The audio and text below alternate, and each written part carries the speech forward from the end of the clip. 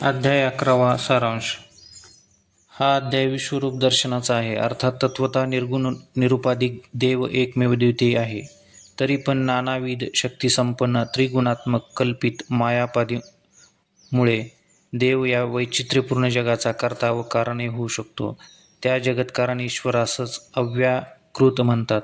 सूक्ष्म भूताभिमानी ईश्वरासच हिरण्यगर्भ म्हणतात आणि स्थूल भूताभिमानी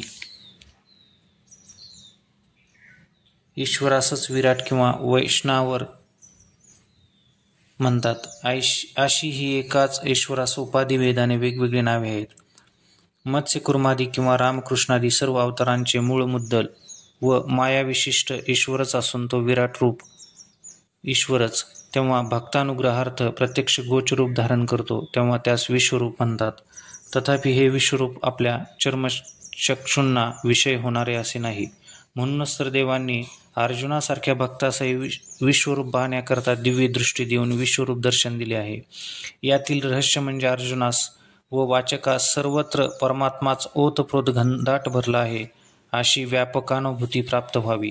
परिच्छिन्न संकुचित आकारवान देहाला किंवा मूर्तीलाच कोणीही खरा देव मानून न बसता परमेश्वराचे सर्वगत सर्वात्मक परमार्थिक खरे व्यापक स्वरूप त्या चित्तात ठसावे हे होय. हाच वेद तात्पर्य विषयभूत सिद्धांत या अध्यायाचा प्रतिपाद्य विषय आहे.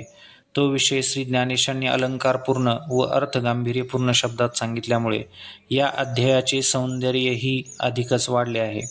श्री ज्ञानेशांनी मांडलेल्या 4 ते 11 या 8 अध्यात्मक देवताकांडाचा जवळजवळ शेवटचा समारोपात्मक असा हा अध्याय आहे. श्री ज्ञानेशांनी सर्व विश्वदर्शनाचे असे काही शब्दचित्र रेखाटले आहे की जणू अर्जुनाबरोबर श्री ज्ञानेशही स्वतः विश्वव्यापक सर्वेश्वराचे प्रत्यक्ष गोचर विराट रूप पाहत आहेत आणि वाचकास वा श्रोत्यासही दाखवित आहेत. श्री ज्ञानेशाच्या वाङ्मयाचा स्थायी भाव म्हणजे सर्व रसाचा आधारभूत असणारा, सर्व रसांचा प्राण असणारा, सर्व रसांचा गाभा असणारा ब्रह्मरस, महारस किंवा शांतरस होय. या अध्यायात अनुभूती संपन्न संत कवी संत सम्राट श्री ज्ञानेशांच्या रसवृत्तीच्या स्फूर्तीला भरती आल्यामुळे नवरसांचा व त्यांच्या दिव्य प्रतिभेचा अलौकिक आविष्कार झाला आहे. या अध्यायात शांतरसाच्या घरी अद्भुत रसरूपी पाहुणचार आला आहे. त्याशिवाय इतर रसासही मराठी भाषेत उपर्युक्त उभय रसांच्या पंक्तीला यथोचित तो मान मिळाला आहे. जणू 11वा अध्याय हाच प्रयाग क्षेत्र बनला आहे व तेथे शांत अद्भुत रसाचे 2 ओघ गंगा यमुनेप्रमाणे एकमेकास मिळाले आहेत आणि गीतारूपी सरस्वती त्या संगमात गुप्त आहे. किंबहुना त्या तीर्थाला येण्याकरता श्री निवृत्तीदेवांनी संस्कृत भाषेचे गहन किनारे फोडून अरण्य तोडून मराठी शब्दांच्या पायऱ्या रचल्या आहेत. त्यामुळे या त्रिवेणी संगमावर कोणीही किंबहुना अवघ्या जगाने येऊन येथे सुस्नात व्हावे आणि विश्वरूपी प्रयाग माधवाचे दर्शन घ्यावे व संसारास तिलांजली द्यावी. हा 11वा अध्याय म्हणजे देवांचे स्वतःचे विश्रांतीस्थान आहे. पण अर्जुन दैववान असा की तो येथे आला. अर्जुनच काय, पण आता येथे कोणासही येता येईल, कारण आता गीतार्थ हा मराठीत आला आहे. या गीतातत्वाचे शिवाच्या बुद्धीसही आकलन होत नाही, मग त्याचे वर्णन मी कसे करू शकेन. तरी पण आपण मजवर कृपा करून मजकडून बोलवाल तर शक्य आहे अशा शब्दात श्री गुरु निवृत्तीनाथांना वंदन करून श्री ज्ञानेश्वर महाराजांनीच अध्याय संगती सांगितली आहे. ती अशी 10व्या अध्यायात सांगितलेल्या देवांच्या विभूती ऐकून अर्जुन म्हणाला की देखतशे विश्व आघवे तुवा भरले. पण हे देवाच्या व्याप्तीचे अर्जुनास बुद्धीला पटलेले सर्व व्यापकतेचे झालेले ज्ञान म्हणजे परोक्ष ज्ञान होय. परोक्ष विभूती ज्ञानाने एक समयावाच्छेदे करून सर्व व्यापक परमेश्वर स्वरूपाचे अपरोक्ष प्रत्यक्ष ज्ञान व्हावे अशी अर्जुनास उत्कंठा तीव्र इच्छा निर्माण झाली आहे. हे जसे 10व्या अध्यायाचे शेवटी दिग्दर्शित केले आहे तसेच या अध्यायाच्या आरंभी हे अर्जुनाची प्रत्यक्षानुभूती विषयक तीव्र उत्कंठा श्री ज्ञानेशाने सांगितले आहे. त्यावरून अंतरंग अधिकाऱ्यास एकदेशी केवळ बौद्धिक अशा परोक्ष ज्ञानाने किंवा अपूर्ण ज्ञानाने केवळ पुस्तकी ज्ञानाने कधीच पूर्ण समाधान किंवा रम्य समाधान रूपवृत्ती होत नसते. याचा अर्थ तत्वज्ञानोपदेश श्रवणाचा कीर्तनादिकांच्या अपातात श्रवणांचा काही उपयोग नाही असा मात्र नाही, कारण तत्वज्ञानोपदेशीचे अपातात श्रवणादिकामुळेच चित्तावर परोक्ष ज्ञान संस्कार होऊन परब्रह्मविषयक असात्वपादक आवरण निवृत्तीपूर्वक अपरोक्षानुभूतीची तीव्र इच्छा, उत्कट जिज्ञासा, विविदिशा निर्माण होत असते. ही खऱ्या साधकाची एक अतीव मननीय दशा सूचित होते. पुढे त्यास हरी गुरुकृपेने महावाक्योपदेशपूर्वक अपरोक्ष ज्ञान झाले तर परब्रह्मविषयक आभानापादक व आनंदपादक अशा उभयवर्णांची निवृत्ती होऊन तो साधक चिरशांतिमय जीवन लाभाने कृतार्थ होतो. हे सर्वही सर्वेश्वर रूप आहे. परमेश्वर सर्वात्मक आहे. हे जे बौद्धिक केवळ परोक्ष ज्ञानात्मक बुद्धीला आलेली प्रतीती बाहेरही प्रत्यक्ष डोळ्याने दिसावे अशी अर्जुनास विश्वरूप दर्शनाची तीव्र उत्कंठा लागून राहिली होती. पण ही जीवाची साच चाड देवाला सांगणे अवघड आहे, कारण अत्यंत गूढ असे हे विश्वरूप प्रत्यक्ष मला दाखवा असे देवास एकदम आपण कसे पुसावे असा विचार अर्जुनाच्या मनात आला, कारण ते विश्वरूप निकटवर्ती अनन्य भक्तांनाही देवास विचारले नाही. बरे संकोचाने देवास न पुसावे तर विश्वरूप दर्शनाविना त्यास जगणेही अशक्य वाटू लागले. सरते शेवटी देव त्यांच्या मर्जीनुरूप विश्वरूप दाखवावेत अगर न दाखवावेत आपण आरंभी थोडेसे विचार करूया. असा निश्चय करून अर्जुनाने देवा विश्वरूप दाखवा अशी भीत विनंती करण्याचे धीर केलाच. ते विनवणींचे बोलणे युक्तिपूर्ण असे खुबीदारपणाचे होते की अर्जुनाच्या प्रास्ताविक 1-2 शब्दांबरोबरच प्रेममूर्ती देवांनी आपले विश्वरूप दाखविले. तो प्रसंग असा. अर्जुन म्हणाला, देवा गूढ मन बुद्धीस अनाकलनीय असे जे अध्यात्मज्ञान ते तुम्ही मला सांगितले ते अर्जुनाच्या बुद्धीसही पटूनही प्रत्यक्ष ज्ञानाच्या अभावी अर्जुन म्हणतो, साऱ्या विश्वात एक ईश्वराविना दुसरे काही एक नाही, पण आमचेच दुर्दैव पहा की परमेश्वराहूनही नामरूपात्मक विश्व भिन्न आहे असे आम्ही समजतो.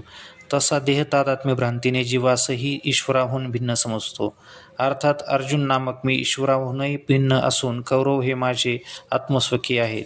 त्यांना मारले तर मात्र पाप लागेल अशा मम्माध्यासाव्या भेदभ्रांतीचे दुःस्वप्न मला पडले होते. देवा त्या दुःस्वप्नातून मला तू जागे केलेस. अज्ञानजन्य देह तादात्म्य भ्रांतीच्या आग्रहात्मक डोहात बुडतच होतो, पण तू जवळ होतास म्हणून वाचलो, कारण तू माझी माया साधण्याने निरसली आहे. त्यामुळे आता मी उद्धरलो आहे. आता तू प्रसंगविशेषी देवकार्यासाठी व जगतकार्यासाठी द्विभुज किंवा चतुर्भुज अशी रूपे धारण करून पुन्हा येतोस. सर्व अवतारांचे ते तुझे मुद्दलरूप पाहावे अशी माझी तीव्र इच्छा आहे. ते विश्वरूप पाहण्याची माझी योग्यता असेल तरच दाखवा, नाहीतर आपले सरळ नाही म्हणा. तुझे अवतारे स्वतंत्र असल्यास सर्वांस ज्ञात आहे. तुला मारण्याच्या बुद्धीने आलेल्या पुतना शिशुपालाधिकास तुझे अवतारे स्वतंत्र असल्यास सर्वांस ज्ञात आहे. तुला मारण्याच्या बुद्धीने आलेल्या पुतना शिशुपालाधिकास पात्र न पाहता मोक्षासारखे पवित्र दान दिलेस. मी तर तुझाच आहे म्हणून तुला विश्वरूप दाखवशील. तू मला विश्वरूप दाखवशील यात मुळी शंका नाही. त्यात अडचण एवढीच की माझ्या अंगी विश्वरूप पाहण्याची योग्यता नसल्याने मी ते पाहू शकलो नाही. तर आपण विश्वरूप दाखविले तर ते वाया जाईल.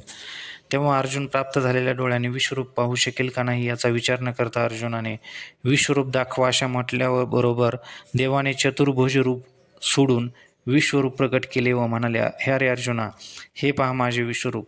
या विश्वरूपाच्या प्रत्येक केसाच्या बुडाची सृष्टी आहे. पण दिव्य दृष्टीच्या अभावी अर्जुन तो पाहू शकत नव्हता.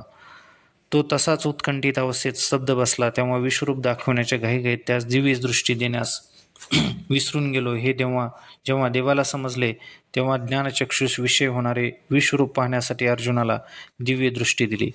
सामान्य चर्मचक्षुला अविषय असणारे विश्वरूप दिव्य प्रकाश प्रकटल्याने ज्ञानदृष्टीवरील पडदा पार नाहीसा झाला. असे भगवंताने आपले मूळचे खरे ऐश्वर्य त्याला दाखविले. रामकृष्णादी मत्स्य कुर्मादी अवतार व ज्या चैतन्य सागरावरील जणू लाटा आहेत, ज्यांच्या किरणावर नामरूपात्मक विश्वरूपी मृगजळ काही वेळ भासते व लागलीच नाहीसे होते, हे चराचरात्मक विश्वाचे चित्र ज्या अनादी तत्वामुळे तत्वात्मक भूमिकेवर उमटले आहे, ते देवाचे विश्वरूप अर्जुन पाहू लागला. तो त्यास ते सर्वच आश्चर्यमय असे दिसले. पाहण्याची जी इच्छा व्यक्त करीत होता ती फलद्रूप होत होती. संपूर्ण विश्वरूपाने परब्रह्मच ओतप्रोत भरून गेले होते. केवढी ती पंचमहाभूते पूर्वाधिक दिशा, पण त्यांचा मागमूसही उर्वरित राहिला नाही. किंबहुना अनादि अनंत व अखिल विश्वाचे मूळ, हे सर्व अवतारांचे मूळ मुद्दल, ऐश्वर्यसंपन्न भव्य दत्त स्वरूप दाखविल्यावर संपूर्ण विश्वरचना व तत्कारण माया ती कोणी पुढे आहे याची भाषाही तो जाणेनासा झाला. कारण जागे झाल्यावर जसे स्वप्न नाहीसे होते तसा सृष्टीचा आकारही नाहीसा झाला. सूर्यप्रकाशापुढे चंद्र तारांगण जसे लुप्त होते त्याप्रमाणे विश्वरूपात नामरूपात्मक सर्व प्रपंच रचना लोभ पावली. त्यांच्या मनाचे मनपणही नाहीसे झाले. त्यास स्वरूप समाधान लाभले. कारण विश्वरूप पाहावे असा जो इच्छेचा लळा होता तो असा श्रीकृष्णाने पुरविला. पण भव्योदात्त अशा त्या विश्वरूपातील अपूर्व सुंदर आल्हाददायक तेजोमय आश्चर्यरूप स्वरूपाबरोबर महामृत्यूसारखी भयकारक अक्राळ विक्राळ रूपेही जेव्हा अर्जुनाने पाहिली तेव्हा भयभीत होऊन त्याने डोळे मिटून घेतले. पण दिव्यदृष्टी प्रभावामुळे डोळे मिटले तरीही अर्जुनास ते विश्वरूप दिसतच होते. तसेच त्या श्री व्यासमुनींच्या कृपेमुळे संजयासही ते दिसत होते. त्यामुळे तोही आनंदित झाला. तो तेजोमय विश्वरूपाच्या तेजापुढे हजारो सूर्यांचे तेज फिके पडत होते. देवादिदेव असणाऱ्या परमेश्वराचे स्वरूप इतके व्यापक आहे की त्यांच्या मानाने नामरूपाने भिन्न व विशाल भासणारे सारे जग महासागरावर अनेक बुडबुडे यावेत त्याप्रमाणे विश्वरूपाच्या एका बाजूस कोपऱ्यात दिसत होते. अशी अनेक जगे आकाशातील गंधर्व नगराप्रमाणे किंवा मुंग्याच्या वारुळाप्रमाणे किंवा मेरू पर्वतावरील परमाणूप्रमाणे त्या देवांचीही देव असणाऱ्या परमेश्वराच्या शरीरामध्ये दिसत होती. ते पाहिल्यावर दृष्टा व दृश्य अर्थात दृश्य विश्वापेक्षा दृष्टा असलेले आपण भिन्न आहोत अशी उर्वरित राहिलेली काहीशी द्वैताची कल्पना व ती करणारे अंतःकरण ही दोन्ही विरून गेली. त्यामुळे आपणासही अखिल विश्व हे परमेश्वर रूपच आहे असे त्यास पटले. अष्टसात्विक भाव संपन्न होऊन तो ब्रह्मानंदधिष्ठित झाला व मग तो अर्जुन देवापुढे मस्तक खालून करसंपुट जोडून म्हणाला, देवा, मी अधिकार दरिद्री असता मला विश्वरूप दाखविले. हे खरोखर आपण मजवर एक नवल कृपा केली. हे देवा, तुझ्या विश्वरूपात्मक शरीरात सत्यलोक, ब्रह्मदेव, कैलास, भवानीसह महादेव एवढेच काय, पण तू सुद्धा संपूर्ण सृष्टीसह मला दिसत आहेस. किंबहुना तुझ्या या शरीराच्या एक अवयवरूपी भिंतीवर 14 भुवनात्मक चित्राच्या आकृतीच काढल्या आहेत असे वाटते. तुझ्या या रूपाला आदी मध्य अंत नाही. अलंकाराचे पहिले तीर असे स्वरूप पाहावयास मिळाले. तू असा सदाचाच निरपेक्ष व्यापक आहेस, पण अनन्य भक्तावर अनुग्रह करण्यासाठी लहान नामरूपात्मक अवतार धारण करतोस. मला दिव्य दृष्टी दिल्यामुळे तू सर्व व्यापक अपरिच्छिन्न असताना तुला लहान संकुचित चतुर्भुज रूपा एवढा मर्यादित परिच्छिन्न साकार म्हणून पाहण्याचा माझा दिठीचा विटाळू गेला. दृष्टीवर आलेले अज्ञानाचे बडळे गेले. निरंतरचे व्यापक स्वरूप पाहावयास मिळाले. तुझ्या तेजाची तीव्रताही अद्भुत आहे. त्या तेजात अग्नीचाही दृष्टी करपते. सूर्यतेजही काजव्याप्रमाणे वाटते आहे. तुझ्या महातेजाच्या महासागरात सर्व सृष्टी बुडाली आहे. जणू प्रलय कालाच्या विजांच्या पदरात हे संपूर्ण आकाश झाकले गेले आहे. कालाग्नी नामक रुद्राच्या ठिकाणी विगुप्त असलेली प्रलयकालीन प्रदीप्त झालेला अग्नी आज जणू शंकराच्या तृतीय नेत्रातून बाहेर पडत आहे. असे तुझे हे तेज पाहून वाटत आहे. तेजोमय सर्वसंहारक विश्वरूपास आलिंगनही देता येत नाही व माघारी फिरता येत नाही. असा मधल्यामध्ये बापुड्या त्रैलोक्याचा जणू हुरडा होत आहे. देवा, महाभयानक व सर्वसंहारक दृष्ट कराल. हे मुखाचे रूप पाहून सारी सृष्टी मीही घाबरून गेलो आहे. अतिव शोकाकुल झालो आहे. कुठून विश्वरूप पाहण्याचे डोहाळे झाले कोणास ठाऊक, हे न कळे असे आता वाटू लागले आहे. कृपा करून ही कोपदृष्टी उग्र सर्व भक्षक आणि सर्व संहारक रूप आवर. हे कौरव, त्यांचे प्रचंड सैन्य, पूज्य भीष्म, द्रोणाचार्य हे सर्व तुझ्या ज्वलंत मुखात पार नाहीसे होत असल्याचे मला दिसत आहे. मी मारणारा व कौरव मरणारे अशा मध्यास सायाने अर्जुन ग्रासला होता. तो अहंकार व भ्रम दूर करावा. सदैवाचा नाश करणारी अकुंठित सत्ता, भगवत शक्ती वेगळी आहे असे निश्चयात्मक रीतीने अर्जुनास पटवून द्यावे म्हणून भगवंताने विश्वरूप दर्शनाचे निमित्त केले. परंतु देवाचा हा अभिप्राय अर्जुनाच्या लक्षात आला नाही. त्यामुळे तो प्रलयाग्नीसारखे विश्वरूप पाहून भयभीत व दुःखित झाला. धैर्य विगलित झाला, अतीव शोकाकुल झाला. तेव्हा त्याचा काय अभिप्राय आहे ते त्याने विश्वरूपी भगवंतास विचारले. तेव्हा त्याचा शोक करण्यासाठी त्यास भगवंत म्हणाले, मी सर्व लोकांचा संहार करणारा काळ आहे, तरी पण तुम्ही पांडव मात्र त्या संहारातून वाचणार आहात. त्याशिवाय इतर सर्व चतुरंग सैन्याचा मी ग्रास करणार आहे. या सर्व योद्ध्याचे बळ मी आधीच नष्ट करून केवळ मातीच्या चित्राप्रमाणे निर्जीव केले. तुला अनुकूल काल आला की तू यशस्वी होणार आहेस, म्हणून तू उठ व केवळ निमित्त मात्र हो. शत्रूंना जिंकून केवळ यशच नव्हे तर समग्र निःशास्त्रय राज्यही मिळव. जेव्हा हे शत्रू तुझ्या तोंडात गेले असल्याचे पाहिलेस तेव्हाच त्यांचे आयुष्य संपले. बलवान दुष्ट तुम्हास विष घालणारे अर्थात आततायी हे उन्मत्त झालेले दायाद तू सहज मारलेस. या जगात प्रसिद्ध होऊन विश्वाचे इतिहास पटावर लिहिले जाईल असा विजय मिळविण्याचे कार्य तू कर. असे विश्वरूप श्रीकृष्णांचे गंगेच्या ओघाप्रमाणे गंभीर भाषण चालू होते व अर्जुन अनन्य शरणागत होऊन ते श्रवण करीत होता. वारंवार नमस्कार करीत होता. त्या अर्जुनाच्या विनवणीतील नमस्ते नमस्ते प्रभो या सुमधुर पालुपदाने प्रेमलक्षणात्मक भक्तीचा झालेला आविष्कार अपूर्व सुंदर आहे. अर्जुनास वाटते की प्रस्तुतचा काळ हा स्थितिकाल असताना भगवंत प्रलय काळचे हे संहारक रूप का दाखवित आहे. त्याचे समाधान सांगताना देव म्हणाले, हे सर्व संहारक दिसणारे रूप केवळ या दोन्ही सैन्यापुरते सीमित आहे. इतर सर्व लोक आपल्या योग्य वेळी मरणास प्राप्त होतील. सर्वज्ञ व सर्व शक्तिमान ईश्वराच्या त्या संकल्पानुसार भविष्यकाळी देखील काय घडायचे ते सर्व ठरलेलेच आहे. ते अपरिहार्य आहे, अटळ आहे. फक्त जीवास अज्ञात आहे. ते योग्य समयी ज्ञात होत असते. हरेक क्षणाला स्थूल सूक्ष्मदेह या काळाच्याच भक्ष बनत चालला आहे. अटळ व अखंड प्रवाह रूपाने अनादी चालत आलेली, चाललेली व अशीच चालत राहणारी ही विनाशिता सर्वाच्या दृष्टीला विषय होऊन सर्वांस कळावी. अर्थात सर्वांचेच देह हे कालाचे भक्ष आहेत.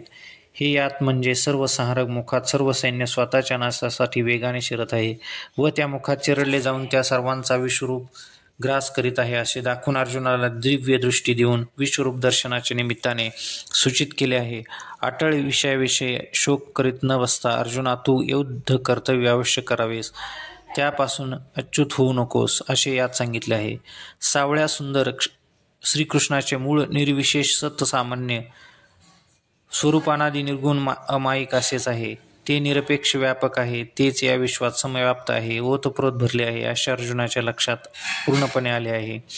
आजवर श्रीकृष्णास सखा समवयस्क समजून थट्टा विनोदी प्रसंगी विशेष अवहेलनाही करत होतो, पण आता या सर्व वागण्याविषयी त्यास पश्चाताप झाला. नंतर अर्जुनाने देवा त्रिभुवनात मावणार नाहीत एवढे अपराध माझ्या हातून घडले तर ते आता मातेप्रमाणे पोटात घालावे व हे विश्वरूपावरून पुन्हा श्यामसुंदर व चतुर्भुज सौम्य रूप धारण करत धरावे अशी जेव्हा प्रार्थना केली तेव्हा देव विस्मयाने युक्त होऊन म्हणतात, अरे माझे विश्वात्मक रूप तुला दाखविले. या अलभ्य लाभाने संतोष न पावता उलट भयभीत होऊन संकुचित चतुर्भुज रूप पाहण्याची इच्छा धरतोस. असा दुसरा धसाळ कोणीच पाहिला नाही. तुला कोणती वस्तू लाभली आहे हे न जाणता भीतीने काय बोलतोस हे कळत नाही. हे माझे निखळ ज्ञानस्वरूप म्हणजे विश्वव्यापक अनंत विनाशी सर्वांचे अधिकरण किंबहुना ज्याच्यापासून हे रामकृष्णादी अवतार झाले ते खरे सर्वश्रेष्ठ होय. हे स्वरूप पाहण्याचे भाग्य ब्रह्मदेवासही लाभले नाही. अशा माझ्या सर्वव्यापक विश्व रूप दर्शनाने तू स्वतःला धन्य मान. याचे भय मुळीच बाळगू नकोस. याविना चतुर्भुजादी संकुचित मूर्ती तुला चांगली मानू नकोस. प्रत्यक्ष अमृताने तुटुंब भरलेला समुद्र अकस्मात प्राप्त झाला तर त्यात बुडून आपण मरून जाऊ म्हणून तो कोणी टाकील काय? एवढा मोठा सोन्याचा डोंगर आपणास नेता येत नाही म्हणून कोणी टाकील काय? चिंतामणी नामक प्रयत्न दैववशात लाभले तर त्याचे ओझे होते म्हणून ते टाकण्याचा किंवा कामधेनू पोसवत नाही म्हणून दान देण्याचा हा प्रकार आहे.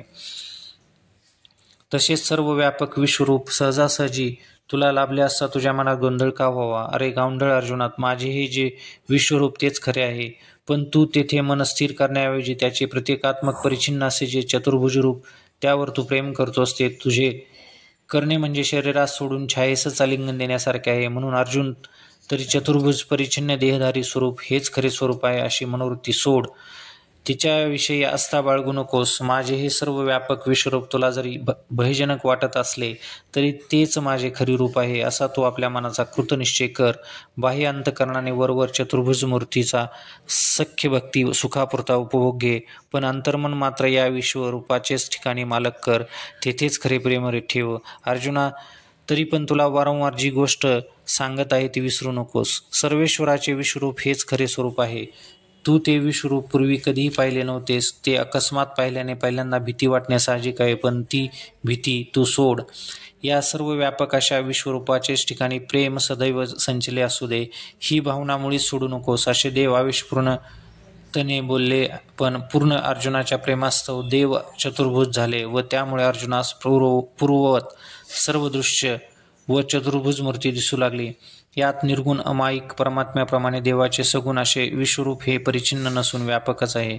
हे परिचिन्न चतुर्भुज रूप दर्शनाने आनंदित होणाऱ्या अर्जुनास धसाळ, हेकाड, गावंढळ, आंधळा अशी विशेषणे देऊन अर्जुनाच्या निमित्ताने जे जे कोणी देवास केवळ देहधारी अमर्यादित साकार परिचिन्न समजतात त्या सर्वांची ती समजूत भ्रांत व चुकीचे आहे असे सूचित केले आहे. श्री ज्ञानेश्वर महाराजांनी मूळ गीतेत स्पष्टपणे न सांगितलेला उपयुक्त अभिप्राय श्रीकृष्णार्जुन संवादात व्यक्तविला आहे. तो खरोखरीच मुमुक्षुस चिंतनीय आहे. देवाचे विश्वात्मक व्यापक स्वरूप न जाणता तो केवळ देहधारी साकार मूर्ती स्वरूपच आहे असे समजणे बरोबर नाही. तो एक तत्वज्ञान दृष्ट्या भ्रमच आहे असे म्हणणे स्वभावतः असणाऱ्या लोकसमजुतीच्या व वरवर दिसणाऱ्या रूढ अशा अलौकिक भक्तीच्या विरुद्ध असल्याने सहजी कोणासही पटणार नाही, पण विचारांती तेच म्हणणे बरोबर आहे असे लक्षात येईल. सर्व विश्वात देवच व्यापक आहे असे जाणून सर्व भूती भगवत भावाने अर्थात निर्वैर निर्मत्सर होऊन प्रेमपूर्वक स्वकर्म कुसुमांनी केलेली पूजाच खरी ईश्वराच्या अपार संतोषास कारण आहे असे या भक्तियोगातील तात्पर्य होय. जे हे विश्वरूप तुला दाखविले ते तपश्चर्या करूनही श्रीशंभूसही पाहण्यास मिळाले नाही. ते वेदपठनाचा, तपाचा, दानाचा, यज्ञाचा अर्थात कोणत्याही साधनाचा लागत नाही. चित्त जर अनन्य भक्तीने भरून गेले तरच देहंकार व द्वैत याचा निराश होऊन त्यांची आटणी होऊन माझा खरा आत्मतत्वाने साक्षात्कार होईल व मी तो हा भेद जाऊन सर्वत्र देवच उर्वरित राहतो. किंबहुना जीव परमेश्वर स्वरूपाशी समरस होतो. साक्षात्काराने जीवेशांचे सामरस्य होते, अर्थात सर्वत्र ब्रह्मभाव रूप प्राप्त होतो. ही श्री ज्ञानेशांनी केलेली स्पष्टता अर्थभरित तर्कसुसंगत शास्त्रसंवादी व स्वानुभूती गुणसंपन्न त्याचा थोडासा विचार करून अप्रस्तुत होणार नाही. ब्रह्म साक्षात्कार म्हणजे काय याचा विचार केल्यास श्री ज्ञानेशांनी केलेली स्पष्टता सहजी लक्षात येईल. याविषयी प्रथम श्रुती काय म्हणते याचा विचार करू. यत साक्षात अपरोक्षत ब्रह्म या आत्मसर्वांतरा. जे साक्षात अपरोक्ष रूप म्हणजे स्वयंप्रकाशच रूप ब्रह्म तोच सर्वांतर्यामी आत्मा आहे. त्यास आत्मतत्वाने जाणणे म्हणजे तत्वस्वरूप होणे म्हणजे साक्षात्कार होय. साक्षात्कार म्हणजे परोक्ष ज्ञान नव्हे तर अंतरप्रत्यक्ष ज्ञान होय. पण सुख दुःख साक्षात्काराप्रमाणे साक्षी भाष्य नाही, कारण त्या ब्रह्मज्ञानास श्रोत्रिय ब्रह्मनिष्ठ श्री गुरुद्वारा तत्वमशा महावाक्यरूप बाह्य शब्द प्रमाणाचा उपदेशाचा श्रोत्याच्या श्रवणाशी संबंध हे बाह्य साधन आहे. किंबहुना ब्रह्मज्ञान प्रबल प्रमारूप आहे असा हा साक्षात्कार बुद्धीस सच्चिदाभासास जागृतीत होतो. मी ब्रह्मरूप आहे असा साक्षात्कार झाल्यावर त्या वृत्तीचा विषय जे ब्रह्म त्यांच्याशी वृत्तीचा संबंध असल्याकारणाने त्याचेच ब्रह्माचेच ज्ञान प्रत्यक्ष रूप आहे, अर्थात वृत्ती व्याप्तीच आहे, फल व्याप्तीच नाही. सद्गुरुद्वारा झालेल्या महावाक्योपदेशाने शास्त्रीय शुद्ध अंतःकरण प्रवृत्ती अंतर्मुख होऊन साक्षात अपरोक्ष रूप अर्थात अतिसान्निहित असलेल्या आत्म्यावरील अज्ञानाचे आवरण निवृत्त होऊन आत्म्याचे स्वयंप्रकाशाने सच्चिदानंद ब्रह्मरूपाने आपोआप ज्ञान होते. हेच ब्रह्मात्म्यक ज्ञान हाच खरा ब्रह्म साक्षात्कार होय. अतिसान्निहित आत्म्याचा सर्वांतर्यामी आत्म्याचा स्वयंप्रकाश आत्म्याचा सर्व साक्षात्कार का होत नाही. त्याचे समाधान असे की जीव हा अहंकार वृत्ती व द्वैताभिनिवेश यांच्यामुळे बद्धतेस पावला आहे. अज्ञानकृतावरण व अहंकार द्वैत प्रतिबंधामुळे आपल्या अपरोक्ष रूप स्वयं ज्योतिरूप ब्रह्माचा साक्षात्कार होत नाही. म्हणून श्री ज्ञानेश्वर महाराज म्हणतात, विवेकाने ब्रह्मात्म्य ज्ञानाने अज्ञानकृत आवरणाचा निराश व अहंकार प्रतिबंध निवृत्त होताच माझा परमात्म्याचा साक्षात्कार होतो. अहंकाराची एरझार संपून तो पूर्णतया लोपला की मी सर्वत्र परमात्माच पाहत आहे असे दृश्य दृष्टारूप द्वैतही तेथे राहत नाही. अहंकार गेला की जीवभावाची विश्वासहित आटणी होऊन एकमेव द्वितीय ब्रह्मस्थितीसच उर्वरित राहते. जीवशिवाचे सामरस्य होते. नव्हे तत्वता जीव शिवरूप सदाचाच असतो. स्वरूपदृष्ट्या जीव ब्रह्मरूप होणे किंवा जीवभाव होणे जाणे काही नाही. केवळ तसा व्यवहार मात्र मध्यंतरीच्या भ्रमामुळे होतो एवढेच. दृश्य व तत्सापेक्ष द्रष्टा असा ज्या शास्त्रीय विषय अनुभूतीचा व्यवहार होतो त्या व्यवहार्य अनुभूतीचे अधिष्ठानभूत निर्विशेष दृश्य व्यवहार्य सत्सामान्य अनुभूती स्वरूप उर्वरित राहणे हाच खरा साक्षात्कार. तेथे अज्ञान व अज्ञानकृत आवरण नाही, अहंकार नाही, द्वैत व द्वैताभिनिवेश नाही, मूर्छा नाही, स्वप्न नाही, निद्रा नाही, मरण नाही, बाह्य दृश्य प्रतीत नाही, पण शून्यही नाही. म्हणजे ज्या सामान्य स्वयंप्रकाशानुभूतीस नाही म्हणण्याची सोय नाही अशी ही साक्षारात्मक सामरस्याची श्री ज्ञानेशाची स्पष्टता चिंतनीय वाटते. जगात माझ्याविना दुसरे असे काहीच नाही अशा बोधाने सर्व कर्तव्यकर्म माझ्याकरिताच करतो. तो ईश्वराशी वरील प्रमाणे समरस होतो. माझ्याहून भिन्न भूते ही भाषाही तो विसरतो. सर्व भूतांमध्ये तो मलाच पाहतो. त्यामुळे तो सहजच निर्वैर निर्मत्सर होऊन सर्वत्र मलाच बसतो. तो भक्त प्रारब्धाविशेष असेपर्यंत देह तादात्म्यरेत ब्रह्मस्थितीसच असतो व देहांती परब्रह्मरूप जो मी त्या माझ्या देहरहित एकरूपाने होतो. अर्जुनाने व्यापक असे विश्वरूप व एकादेशी सगुण श्रीकृष्णरूप या दोन्ही रूपांची तुलना करून पाहिली तेव्हा श्रीकृष्णाकृती ही लाभदायक आहे असे त्यास वाटले. पण हे अर्जुनाचे मत देवास पटले नाही. कारण व्यापक विश्वरूपाहून एक देशी कृष्णरूपी कनिष्ठ प्रतीचे आहे हे देवाने दृष्टांतपूर्वक ठरविले. त्यानंतर दोन्ही रूपात कोणते रूप श्रेष्ठ आहे असा प्रश्न अर्जुनाला विचारले. त्याचे उत्तर देव न रागवता पुढील अध्यायात देणार आहेत. सर्व व्यापक परमेश्वर विषयक जो सद्भाव म्हणजे प्रेम लक्षणात्मक वृत्ती रूप भक्ती हीच कुणी अंजली असून तिच्यात ओव्यात्मक मोकळी फुले करून ती विश्वात्मक चरणद्वयावर श्री ज्ञानेशाने समर्पिली व या अध्यायाचा समारोप केला.